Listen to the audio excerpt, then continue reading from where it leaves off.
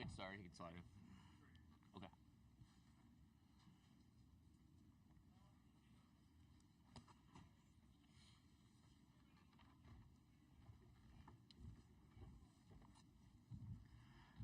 All right, welcome back to the interview room here at Rocket Arena and the 2025 NCAA tournament. We're joined now by the Alabama Crimson Tide, 80-66 winners over the St. Mary's Gales to advance to the Sweet 16. Fellas, congratulations. Please raise your hand for a microphone to be brought to you, and when you do ask your question, please introduce yourself and your affiliation. Coach, we'll start out with a quick opening statement, and then we'll go to questions for the players first. Yeah, I mean, that's a tough team. We knew they were tough. You know, we got up on them 13 at the half. We knew they weren't going to go away. You know, they came out in the second half. They were scoring on us a little too much. You know, I thought our guys, though, did after they made a little run there, I thought our guys answered it. You know, we played well on the offensive end. For most of the game, we had too many turnovers. You know, they had 0 turnovers at the half. We were able to turn them over 6 times in the second half, which was big, helpful. We were up 10 on them on the glass at the half. And they're the second best offensive rebounding team in the country behind Texas A&M. We've happened to play both of them. Houston's obviously up there too. But, you know, I thought our guys did a really good job. You know, Cliff had 8 defensive rebounds. He had a double-double, 11 and 10. I thought our guards did a pretty good job finding them.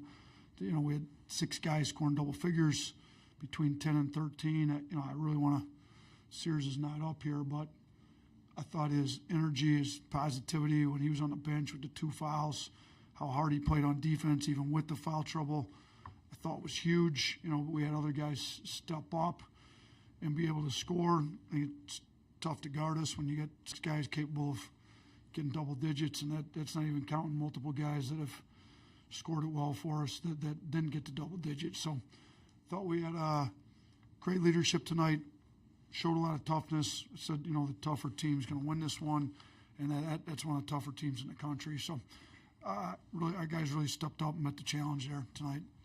Thanks, Coach. We're going to go straight to questions in the front row for the student athletes. We'll bring a microphone your way. We'll start on the right side.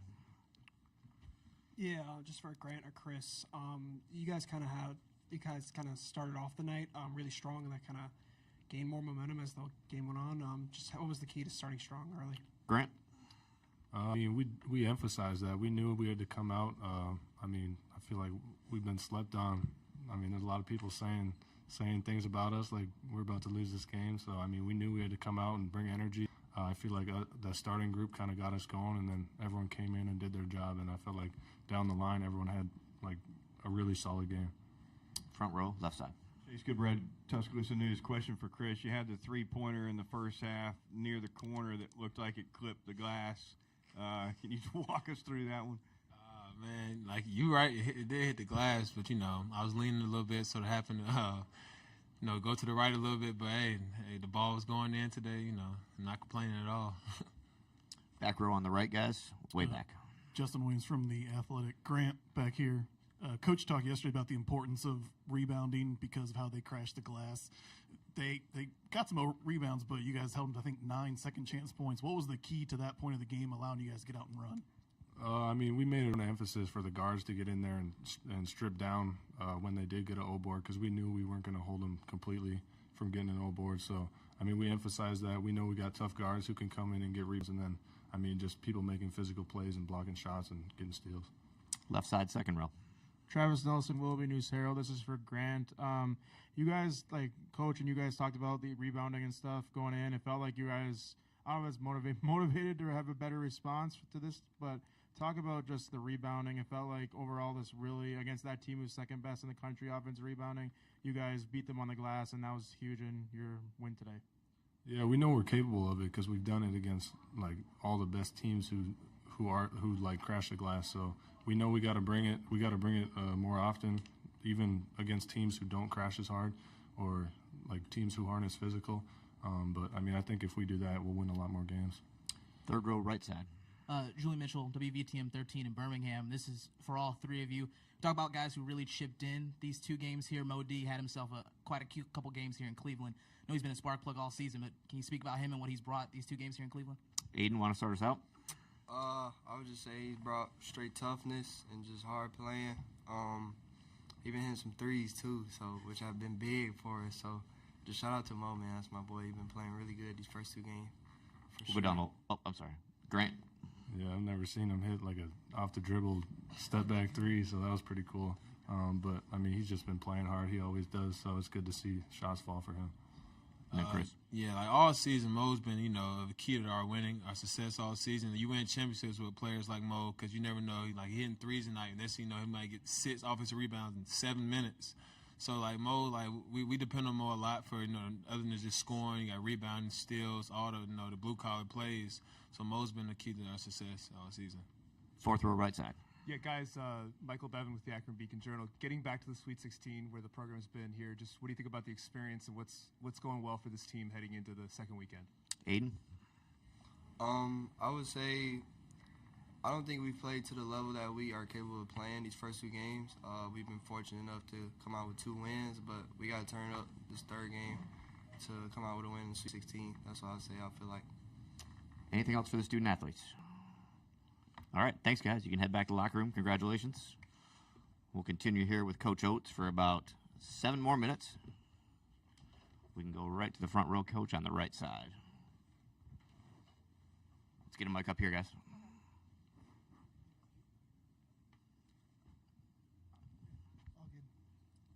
Alabama had 6 double-digit scores, which is 1 less than the number of St. Mary's players that had quality minutes tonight. Just you mentioned it earlier, but how important was the usage of depth tonight? Yeah, I thought we wore them out, particularly towards the end of the first half. They, like you said, they kind of play a 7-man rotation. Hardaway played just under 2 minutes, and then that was it for their 8th guy. So 7 guys played the bulk of the minutes. Saxon played over 39, and Barrett played over almost 37. Marshallonis over 34, Ross over 34. So those 4 other starters were over 34 minutes. If you look at us, we didn't have anybody over. The most minutes, LeBaron led us in minutes with 28 and 7 seconds. So nobody had over 28 minutes, really. And then we played 9 guys double-digit minutes, and we got a lot of contributors. So they the end of the first half, they finished the half 1 of 12 from the floor. I thought we kind of wore them out. Then they had to call a timeout there in the second half with 9 minutes and some change, if I remember right. Or, it's probably a smart timeout. He's coached a lot of games, kind of rest his guys, and you get a immediate timeout a minute later. I thought we were able to get into their lack of depth a little bit. And with the pace that they typically play, I don't think that ever really affects them. But, we looked at possessions. I think the last time they had a 70, I think they've only had 2 70-possession games all year. And one was against a non-Division I, one was against Akron, I think the 3rd game of the year in November. So we were able to get it to 70 possessions. Not 80 like we like to get, but against a team like that, you're kind of winning the tempo war if you can get it to 70. First team to score over 80 on them and over 100-plus games. So I think our depth, our tempo did get to them, but, man, they're tough. They're physical. They end up with 15-0 boards, which is way too many, but, their offensive rebounding rate was 36%. It's a lot higher than what we wanted, but they've we ended up winning the second chance points. So I did tell our guys going in, just because you give up an old board, there's, like in our practices, we'll give points for old boards. There's no points for an old board in a game. There's only points if the ball goes through the rim. So we're going to give up some old boards. We're not going to pitch a shutout. They're that good. Once we give up an old board, we got to get stopped. So, Chris Youngblood got in there. He got that steal late. I told our guards, we got to have all you in the mix. We need you getting rebounds if they get it. We need to have you stripping their bigs after they get it. LeBaron ends up with 3 steals, 6 defensive rebounds. Can't say enough about our guards making tough plays, I thought, helping rebound. So thought we did a good job with some of that stuff. Left side, Coach. With the Tuscaloosa News. Coach, do you think this team is even better equipped from a personnel standpoint and a depth standpoint to reach a Final Four, even more so than the team that actually last year? Yeah, for sure. We're definitely deeper with more guys available. I thought Darian Reed was great on Friday. It didn't work out to play as many minutes this game, but we literally have 10 guys. I'm comfortable playing double-digit minutes. Grant Nelson was hurt. We went away without playing him hardly at all.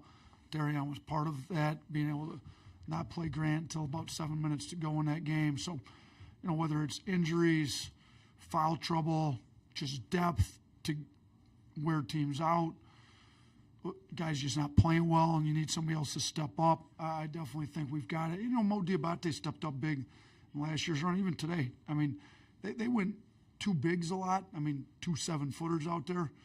So he didn't play as many minutes maybe as we normally would have liked him to do, because we played Aiden Sherrill, Cliff, and Grant a lot of minutes. And like Aiden and Cliff don't really play together much. Tonight we did a lot more. So most minutes weren't what we'd like to get him. I'm sure they'll go up moving forward. But shoot, you look at what he did in 15 minutes. I mean, he had 10 and 5 in 15 minutes. So, we've got guys that have efficient games too. Like Darian Reed scored 9 points in 10 minutes or so on Friday, whatever it was. I think guys are able to have efficient minutes and play efficient in their minutes, which I think is big as well. Way in the back on the right side, Coach. Coach, Cliff, good season, but it seems like he's really been a difference maker these past 2 games. Is something clicking with him, or just the matchups are working out well for him? I hope something's clicking with him, because when he's playing really well like he was tonight, we're a different team. Thought he was great against Robert Morris. He's at 11 double-doubles on the year. I think he's more than capable of having a double-double every game out. He played 25 minutes and had 10 and 11 with 2 blocks. Should have even had 2 assists tonight. So I thought he was really good and did a good job kind of challenging their big. I mean, their bigs are good. They're big. They punch in the post a lot. You kind of look at what they did. Saxon had a good game. I mean, he had 15 and 5. He shot 7 of 12 from the floor. Wessels was only 3 and 9 from the floor. I thought Grant, Aiden Sherrill, Cliff kind of affected those 2 guys a little bit, but they're good. They're big. I mean, they're tough. Last 2 questions in the fourth row, Coach, starting on the end.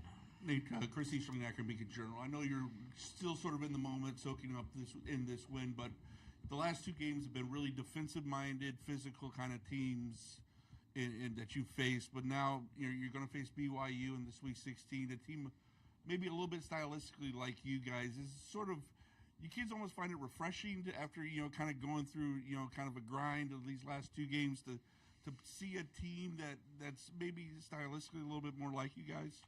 They're definitely way more stylistically like us, like you said. I've actually gotten to know Kevin pretty well. I've gone to the Suns training camp a couple times when Monty was the coach and he was the assistant there. And he's great. I've kind of been interested to follow him as he got into college. He's done a really good job there. I've watched him a little bit here and there, but I haven't dove in totally. I don't know that I want to say it's refreshing to go against somebody that plays like us, because I think we're really tough to guard. And we've led the country in scoring the last 2 years. I don't think anybody's saying it's refreshing to play Alabama, whoever's running the defense for the other team. So, I mean, in a way, maybe it's not such a smash mouth game, like not playing football out there like some of these teams, but they're not easy to cover. He's running great sets. They've got shooters all over the place. They're good. So we're going to have to really lock in, and coaches are going to have to really do a good job getting our guys ready, and then our guys are going to have to execute whatever the plan is that we decide to put in, and we're going to have to make adjustments to it, because I'm sure he'll make adjustments. So, I'm looking forward to playing in the Sweet 16. It's great. It's the first time in school history we've been to 3 straight Sweet 16s, but I would not use the word refreshing to play against an offense like BYU's has. It's probably not the correct word. Right. Two seats down. Ashley Bassett, Cleveland.com. Coach, what do you just think about that connection that Mark and Cliff had on a couple of those alley-oops? I think he's leading the NCAA tournament right now in dunks. And then for you and Mark to continue your winning in Cleveland, we talked about your amazing career records here. Just continuing that. So I think Mark's 6-1 now here in Cleveland, right? 11-1. And I'm 11-1. I've been here a few more times than Mark, so I had more opportunities than he had. No, I thought Mark played great. I mean, it's he doesn't get in foul trouble much, so it's a little tough with him getting in foul trouble. That's why his minutes were down. 26 minutes. He's usually over 30, but I thought he kept his attitude great. We pulled him in, took him out. Played him. I think he's been looking for Cliff. He's finding him. He really just cares about winning. Like a lot of the guys that can score it at the level he can score it at, get frustrated when they're not scoring. Mark's been moving the ball, just being a really good team guy here in Cleveland. So whether it's being in Cleveland or what, he's made 3 straight Sweet 16s as a player. So whether they sent us to Spokane or Birmingham, he's what's now 6-0 in the first weekend of the NCAA tournament. So Cleveland's been good to him. So is Birmingham. So is Spokane. So let's hope we can head to Newark and play as well as we did in LA last year, because that was good for us as well. So regardless of where they send us, we got to play 2 really tough teams coming up, and we got to be ready for them. I thought Sears has been great here this weekend. We need him to be great again next weekend. Thanks, Coach. Good luck in the second weekend. All right. Thank you. Appreciate it.